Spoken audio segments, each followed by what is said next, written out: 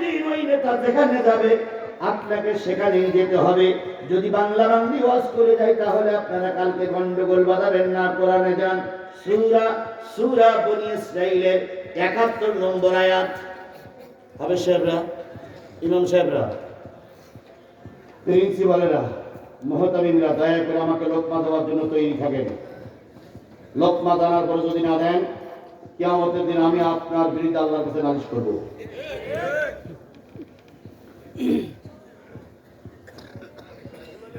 সূরা বনী ইসরাঈলের কত নম্বর আয়াত?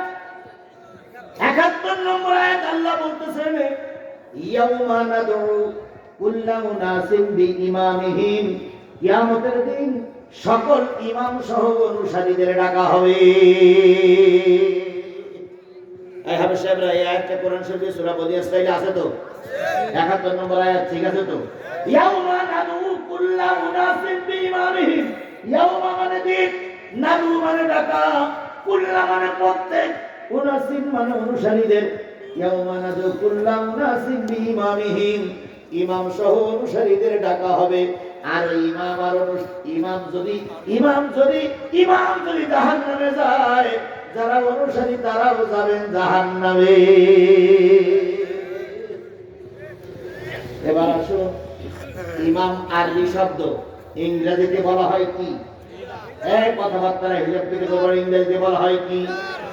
আর বাংলায় বলা হয় কি? নেতা।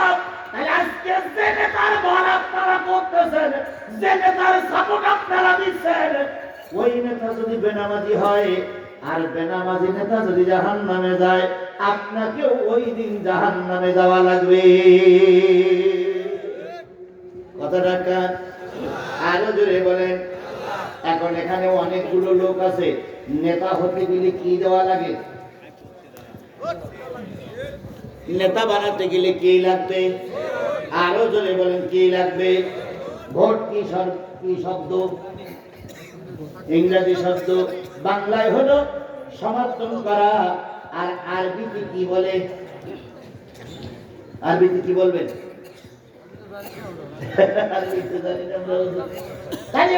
বাংলায় বলে সমর্থন, ইংরেজিতে বলা হয় ভোট। এবার আরবি বলতেছেন, আল্লাহ বলছেন, মাইয়াশফা শাফাতান হাসানাতান ইয়াকুন লাহু নাসিবুম মিনহা।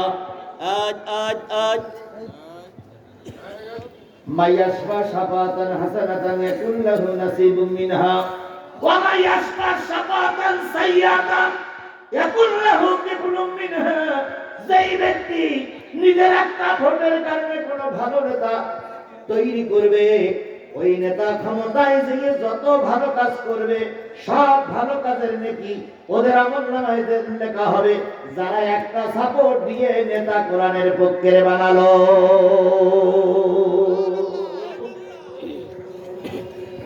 আবাইয়াশফাউ শাফাতান সাইয়্যাতান মানে খারাপ। যদি একটা সাপোর্ট, একটা সিট, একটা টিভির মাধ্যমে কোন খারাপ নেতা ক্ষমতায় যায়, সমস্যা হচ্ছে। তিনজন লোক উঠলো কেন? হায় হায়,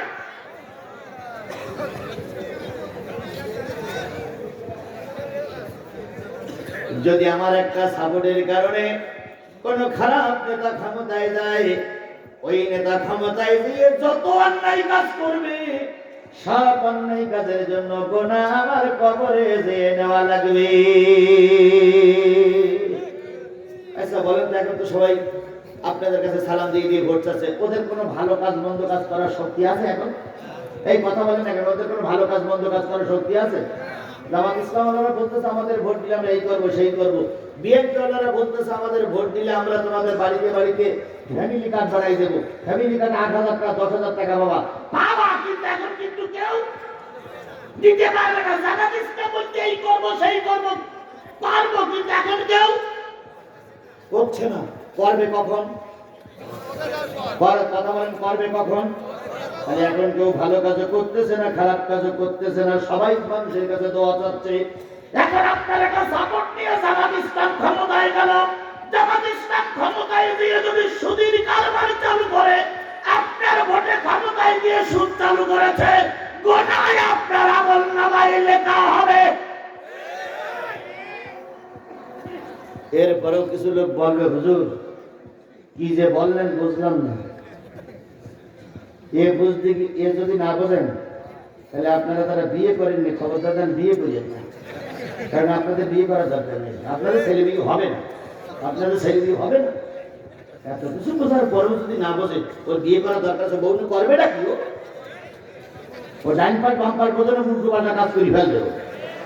এত কিছু বলার পরে কিছু লোক বলে আমি বুঝি না। তুমি বোঝা না, নাকে ভাত দাও না গালে ভাত দাও।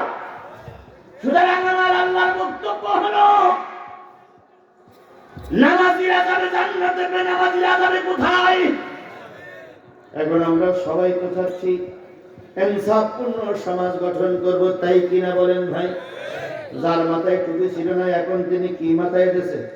টুপি মাথায় দিয়েছে। যার হাতে তসবি ছিল না এখন তিনি কি নিয়েছে? তসবি নিয়েছে।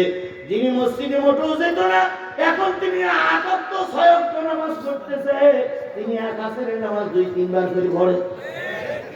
এলাকায় যে ওনার কাছে দোয়া নিতে গেছে, যেই দেখি মসজিদের কোণে বসে সুবহানাল্লাহ সুবহানাল্লাহ সুবহানাল্লাহ সুবহানাল্লাহ জিকির করতেছে। বলুন ভাই, মসজিদে দোয়া করা ভালো, টুপি মাথায় দেওয়া ভালো, জিকির করা ভালো?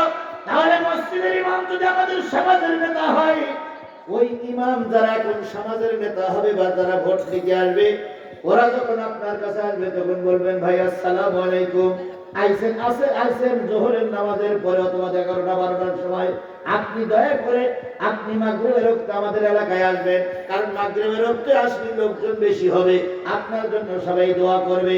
এখন নেতা আইছে মাগরিবের নামাজের সময়, ইয়া দাড়ি, তারপরে দাড়ি ইয়া টুপি, দাড়ি কিছু লাগাইছে, হাজির রহমান মাথায় দিয়েছে, হাতে একখানা তসবি। এবার আপনি ইমাম ভালো না মন্দ, উনি আমাদের লিডারের যোগ্য না অযোগ্য, ওনারে বলবেন চলেন মসজিদে, মুয়াজ্জিনকে বলবেন আযান দিতে। এবার আযান যখন হয়ে যাবে, ইমাম মুয়াজ্জিনের কানে কানে দিয়ে বলবেন, আজকে যে লিডার ভোট চাইতে আইছে মাগরিবের ইমামতিটা উনি করুক।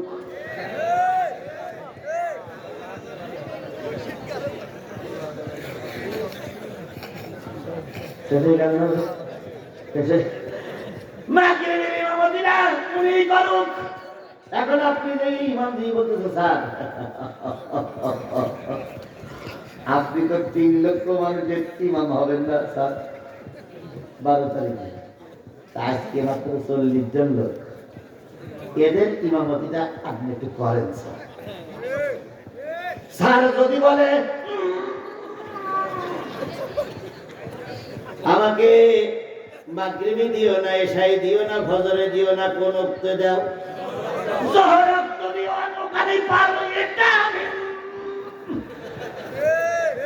তাহলে বোঝা গেল 40 জন লোকের ইমামতি করার অযোগ্য, 3 লক্ষ মানুষের ইমাম আমরা ওরে বানাবো না।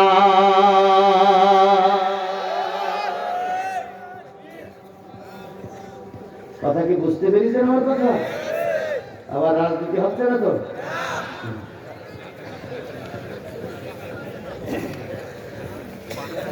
তাহলে আর একটু কি চলবে? এখানে লেখা ছিল কয়টা পর্যন্ত? 11টার থেকে কয়টা পর্যন্ত? তাহলে আমি যদি একটার বেশি চলে যাই তাহলে আর একজন বক্তার হক নষ্ট হবে না? হবে না? হবে না? এই জন্য আমি 11টা পার করবো না নিয়ত করতেছি, আপনার না 1টা পার করবো না নিয়ত করতেছি। আপনারা সবাই কি একমত তো?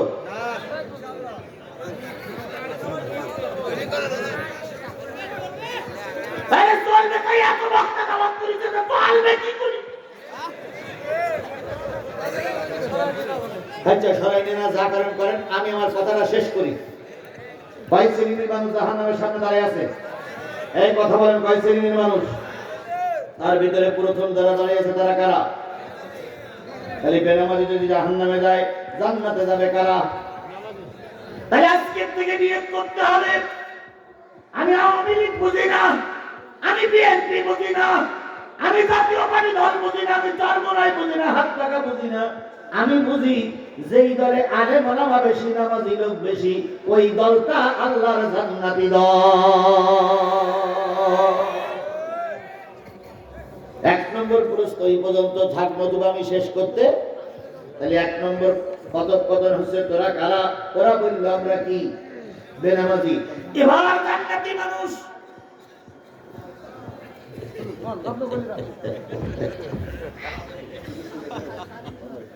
এবার জান্নাতি মানুষ এবার জান্নাতি মানুষ